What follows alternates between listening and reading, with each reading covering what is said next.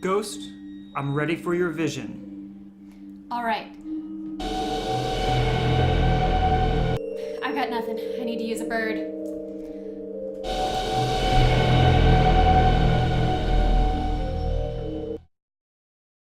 That's too many birds.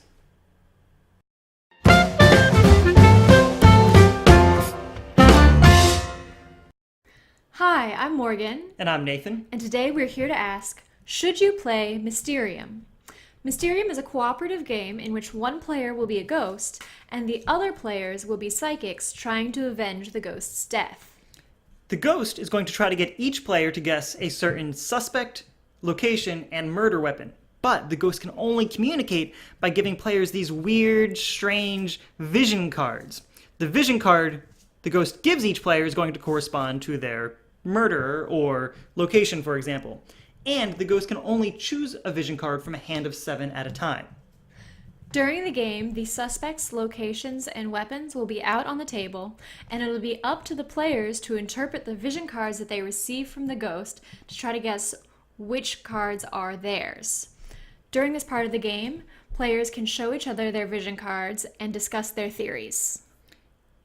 Each player is guessing a different murder location and weapon in the beginning, but if everybody does well enough, in the final round, the ghost is going to use their vision cards to point everybody to a single murder location and weapon.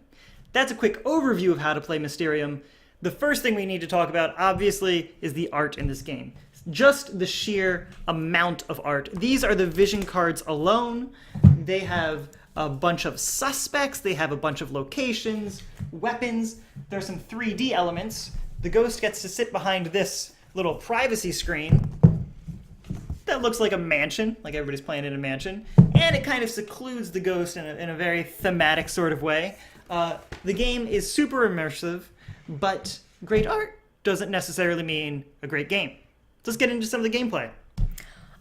I like the game because it lets the players shine. It's not necessarily the mechanics that make it good, but like the different ways that people think. Everyone will have a different style. So say you were to receive this vision card from the ghost, one player may look at it and think, there's a lot of blue in there. I should be looking for a card with a lot of blue. While another player will look at it and be like, oh, but there are trees, so I should probably look at this. There's a forest over here. That must be my card. And all of those different ideas and styles of thinking lead to a lot of discussion. And inevitably, people will be focused on the right answer, and then somebody will point something else out, and everybody will slowly shift to the wrong answer. And the ghost just has to sit back and watch this train wreck happen, and they can't say anything because they're dead. They're not allowed to talk. All they can do is give cards next time and hope. Because every ghost will have a very different style, the game has a lot of replayability.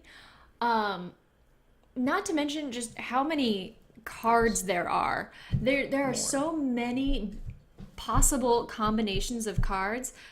It'll never be the same game twice. And even if you do get tired of seeing the same cards, eventually, they did put out an expansion called Hidden Signs to add a little bit more variety. You can even add in Dixit cards to your vision cards, just to change things up a little bit. So there's lots of room to increase replayability. The game also scales very well.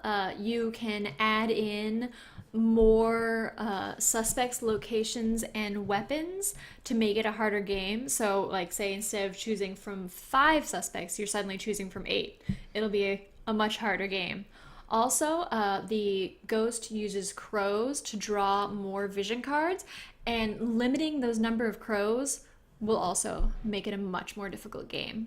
I do want to mention some player count issues. The game is listed as a 2 to 7 player game. At 2 and 3 players, you lose a voting mechanic. It's still worth trying it out at that low count to see if you'll like how the game plays, but the experience is definitely meant for 4 or more, I think. Now, since it's so cooperative and there's so much discussion in the game, high player counts don't necessarily mean a lot of downtime, which is awesome, unless your ghost is very slow, but that's usually not an issue. I am kind of hung up on the theme sometimes.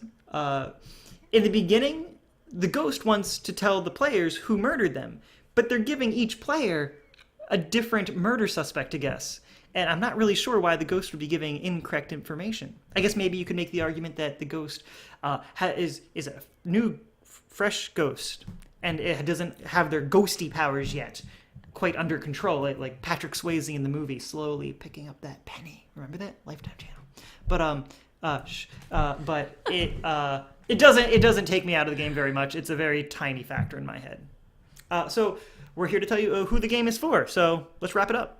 This game is definitely for right-brained players because not only are you interpreting art, but you're going to be interpreting how other players interpret art. If that is a turnoff for you, then this is not your game. But if you're still interested, then definitely check it out. One of my favorite things about this game is how many types of people I can bring it out in front of. It is such a unique experience that it's bound to add some variety to your game collection. So we hope you try it. If you want to check out exactly how to play it, you can visit our how-to video on Mysterium. That's all we have for you right now, though. Thanks for watching. Ditto. You said my line.